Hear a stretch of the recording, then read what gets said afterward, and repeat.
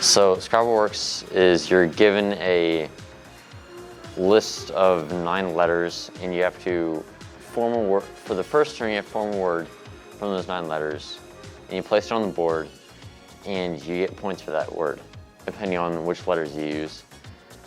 Then you can build off of that word, making a single word with your letters for the next turn.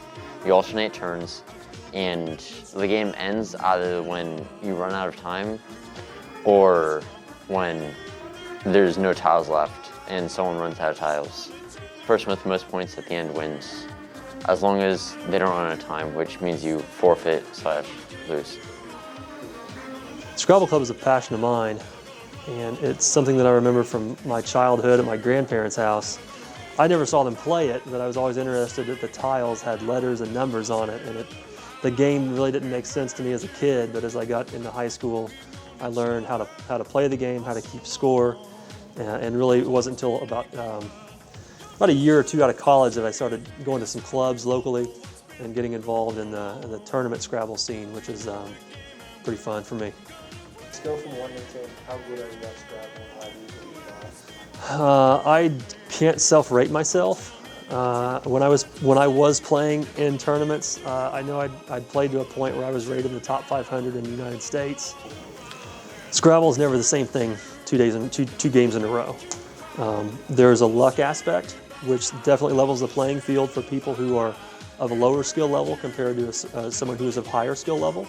If the tiles don't go your way, then anyone can beat anyone else. If you were a math teacher, why did you start the Scrabble Club? It's because Scrabble's a math game.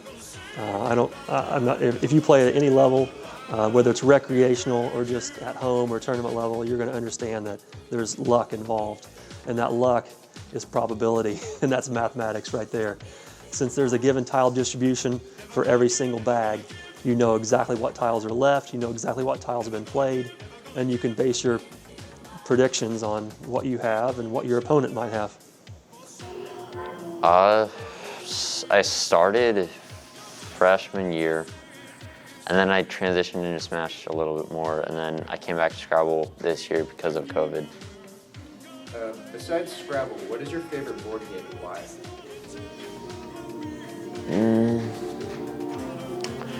I think the favorite board game that I've played up to now is a game called,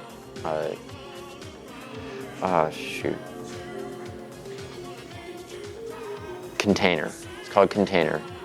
And it's basically you set up a shipping company and you and the other players are trying to make the most money, and whoever makes the most money by the end of the game wins. There's the challenge of knowing different words and knowing how to organize them so you can find patterns within the letters. How does Scrabble work?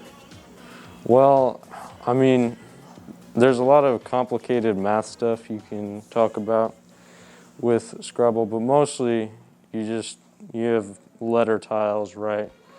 You have certain numbers of each tile for corresponding with each letter. And you play tiles to form words, and you get points for the number value of each letter. Freshman year, when I got into Gamers Club.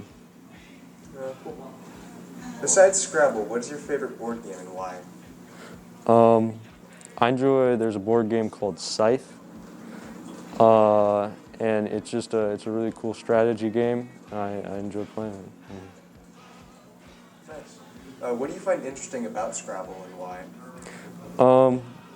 Well, Scrabble is really difficult for me. I'm not good with words, so I enjoy messing around with it. And there's a lot of probability and math stuff that you can apply to Scrabble, which is a whole nother realm that I haven't really explored very much, but I find it interesting. That's good.